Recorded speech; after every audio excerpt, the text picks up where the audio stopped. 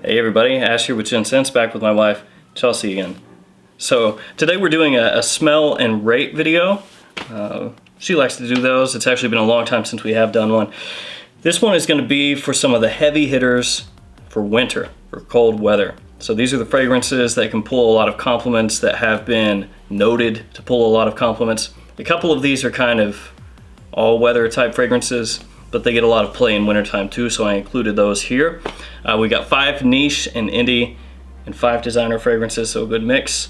And if you guys want to, or want us to, we can do another one of these later on with some of the fragrances that I left out this time. And the reason I'm wearing this toboggan is because my ears are red because I was outside filming, and some people always hate on me when I have red ears in a video because I come in from outside and it's cold and my ears are red, and so I'm wearing this stupid hat. Without further ado, let's jump into this. 10 fragrances. We're gonna rate the dry downs first, and then the openings, like always, 1 to 5 on each, and we're gonna see who wins, either the 5 niche and indie fragrances or the 5 designers. So let's do this.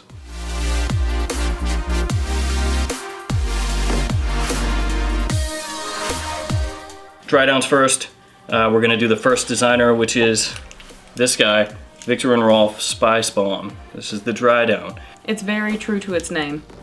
It's spicy, but it's good. It's a good spicy. I can see why it's very popular to wear in the winter. Yeah. So I would have to give that. I'd have to give it a 4.5. It's a very solid, good winter scent. Nice. 4.5 on the dry down. Again, we're gonna do 1 to 5 on the dry down, 1 to 5 on the opening, add it together, and that will be the score. All right, next up, this is an indie fragrance. This is from Gallagher Fragrances, Rosé All Day. And this is one that I reviewed not that long ago.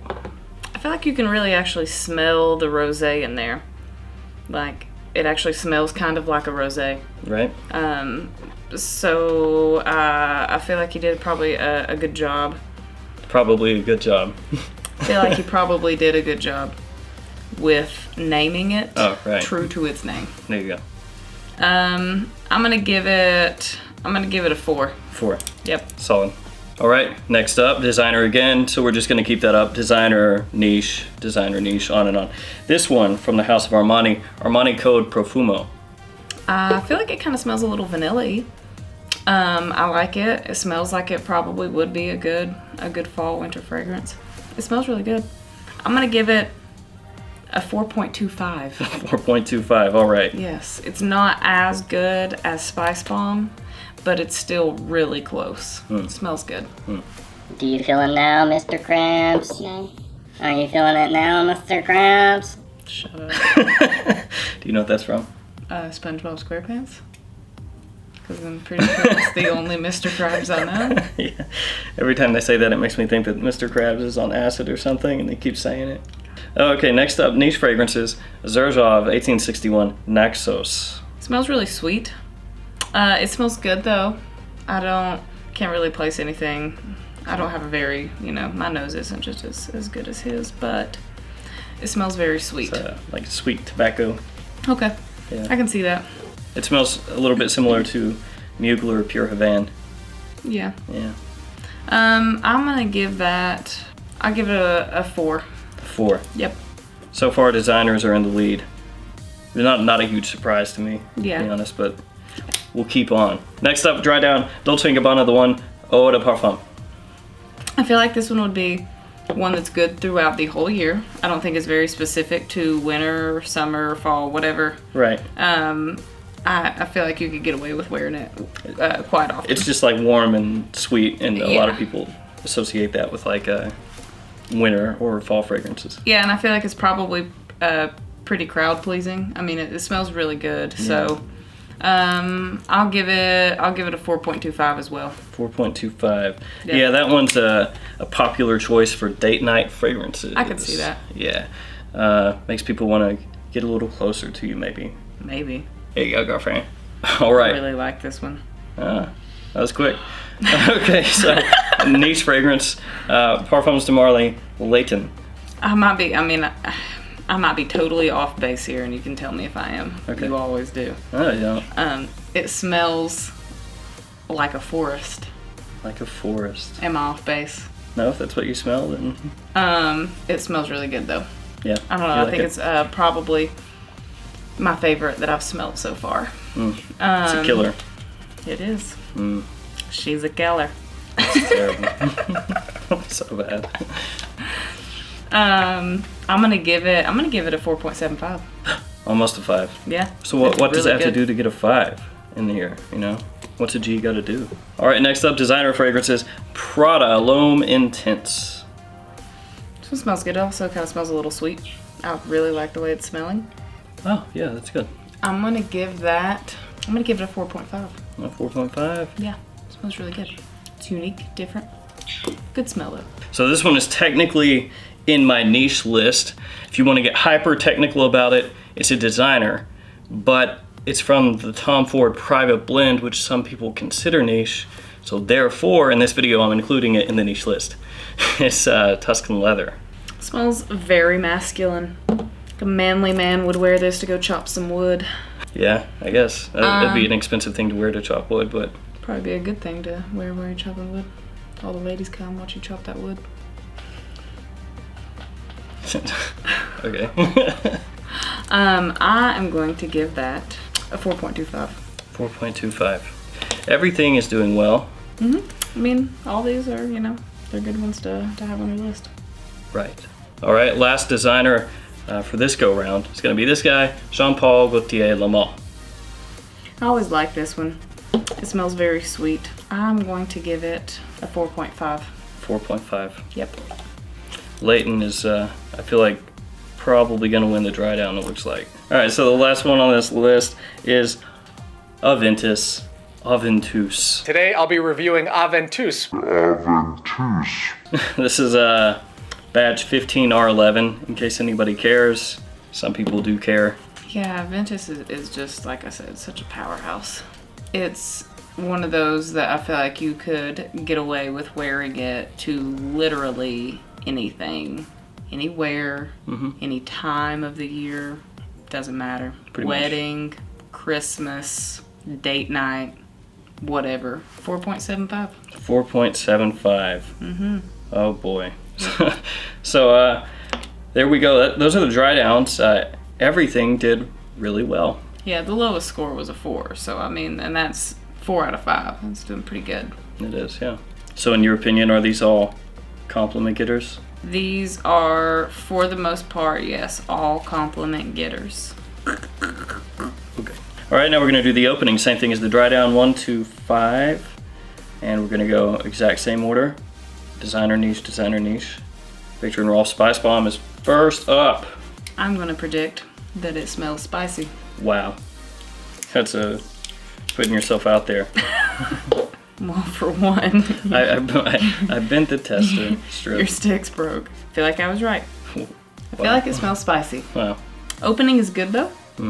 I am going to give that a 4.5. I'm gonna give it a 4.5. So that means Spice Bomb got a 9. It's not really super surprising. Spice Bomb is one of those fragrances that just Yeah. kills it. Everybody likes it, yeah. Yep. Next up, Gallagher Fragrances Rosé All Day. Wait for it.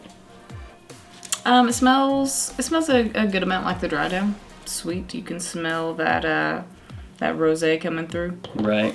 I'm gonna give the opening a 4. Double 4s. Yep. So that gives it an Smelled overall very similar. So overall 8. an 8. All right, this is going to take us to Armani Code Profumo. The opening. Can't get the cap back on. There you go. It doesn't really smell a whole lot like the dry down. No. In the opening, I don't know if you get this at all, but to me it smells a little bit like root beer. Yeah, I can see that. I will give that a 4.25. 4.25.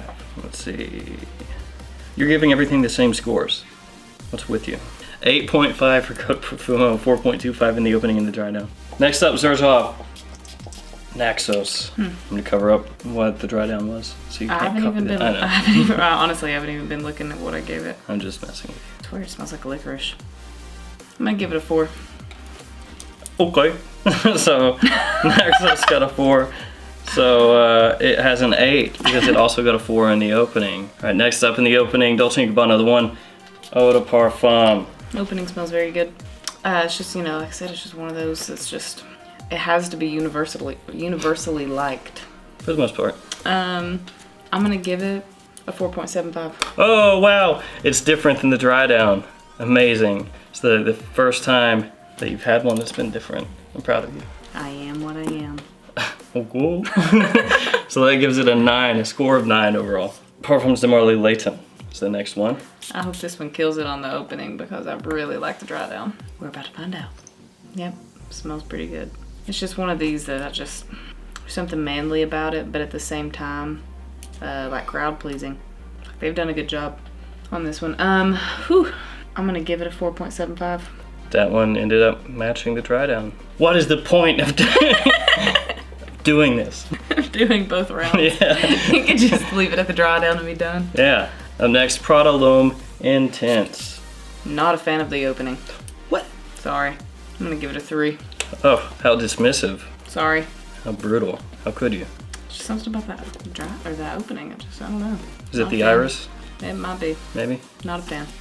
Oh. Next up, Tom Ford Tuscan Leather. We're in the home stretch. The last 3.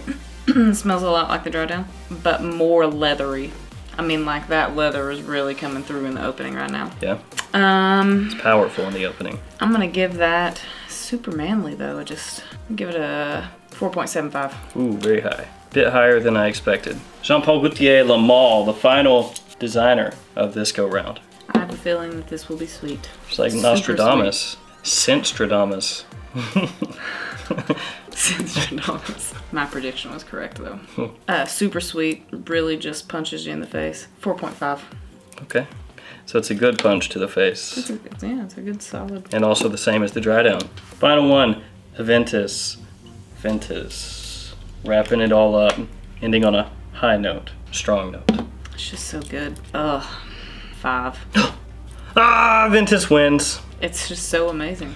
Aventus So wins. Some people are going to be not happy about that. I'm sorry. It's All the just Aventus haters. fantastic. Yeah.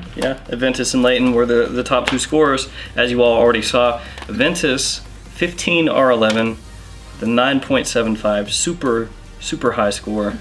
Layton, 9.5, also really super high score. Yeah, both those really good. And now I'm going to do some quick calculations. I feel like the niche may have won. Yeah. So the scores have been tallied. The designers overall, just all of them put together, got 43 points out of a possible 50. And the niche / indie list got 44.25 out of a possible 50. So the niche fragrances They were just marginally better. were the winners, yeah, just barely. Yeah. It was definitely L'Homme Intense. L'Homme Intense dropped I mean, the these ball. two, yeah, and these two right here just knocked it out of the park. Layton and Aventus. Yeah. They can't see. All right, so Aventus and Layton obviously won, but then the one Tuscan Leather, Ultramall, Spice Bomb all got 9. So which of those comes in third place? The one, Ultramall, Tuscan Leather, and Spice Bomb. Comes in Third. third. Spice Bomb. Oh, that's pretty quick. Yeah.